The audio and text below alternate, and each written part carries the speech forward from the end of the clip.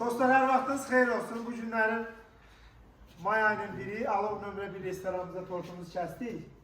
Ancaq belə qərara gəldik ki, Göygöl Topala sənin kəndinə dönən yolda, Ayşə Şarlasanın yanında daim Yusuf'un bir gözəl bir restoran açıqdır, Vətən restoranı. Dedik gələ elə bura xeyir verək, həm də restoran tanıdaq da, daimin restorandır. Ən yüksək seviyyədə qulluğunuzdadır. Orada belə çıxır ki, hamı yerli mal alsın, xeyri vətənə qalsın. Bəli, bəli.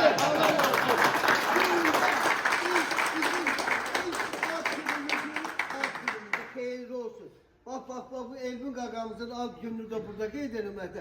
Məqsədimiz odur ki, bu davamlı olsun. Bəli. İnşallah indən sonra ad günlərinizi, xoş günlərinizi gəlin bir yerdə öz vətənimizdə qeyd edək. Öz vətənimizdə qeyd edək.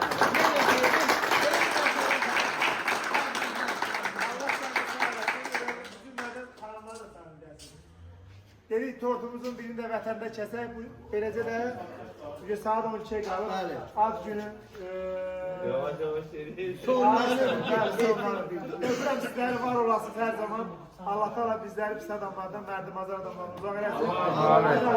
Sən də restoran Allah çox xeyir versin, ayırsın. İnşallah bu restoran da düşərli uğurlu olsun sənə. Qazanın qaynar olsun, ocağın yanar olsun, işığın da gül olsun. Allah xeyir versin. Öpürəm Biz də əlimizdən gələn dəstəyi verir. Allah özünüzə eksik eləməsin. Şamdanız korktu çöz sola çöz.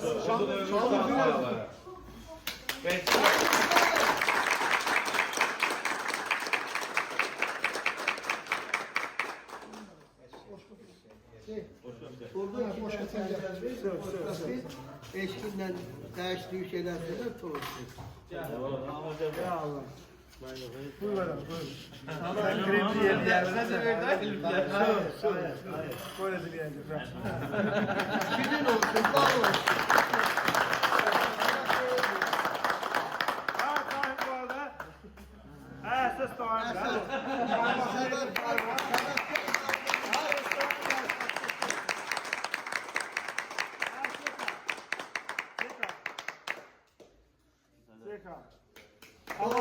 Herkesin kıyafeti.